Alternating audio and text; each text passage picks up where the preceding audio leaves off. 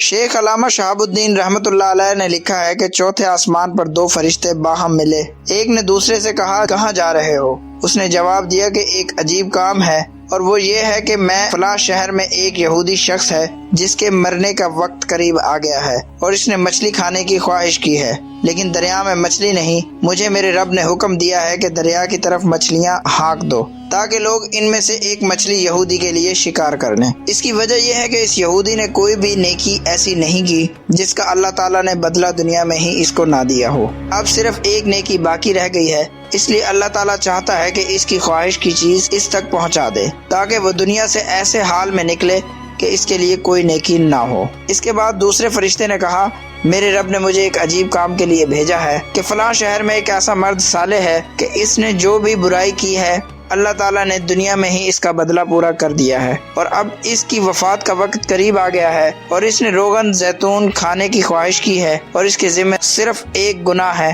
اور مجھے میرے پروردگار نے حکم دیا ہے میں روغن زیتون کو گرا دوں یہاں تک کہ اس کے گر جانے سے اس کا جو رنج و غم ہوگا اللہ تعالیٰ اس سے اس کے اس گناہ کو بھی مٹا دے گا، حتیٰ کہ وہ اللہ تعالیٰ سے ایسے حال میں ملے گا کہ اس کی ذمہ کوئی گناہ نہ ہو۔ محمد بن کعب رحمۃ اللہ علیہ نے فرمایا، اللہ تعالیٰ کے فرمان کے یہی معنی ہے، جب کافر ذرہ بھر اور چیونٹی برابر نیکی بھی کرتا ہے تو اس کا ثواب دنیا میں ہی دیکھ لیتا ہے، اور مومن جب ذرہ برابر بھی برائی کرتا ہے تو آخرت سے پہلے دنیا میں اس کی جزا دیکھ لیتا ہے۔ اللہ رب الکریم سے دعا ہے کہ اللہ ہم سب کو قیامت کے روز مومنین کی صف میں کھڑا کر دے۔ سلام پہنچے۔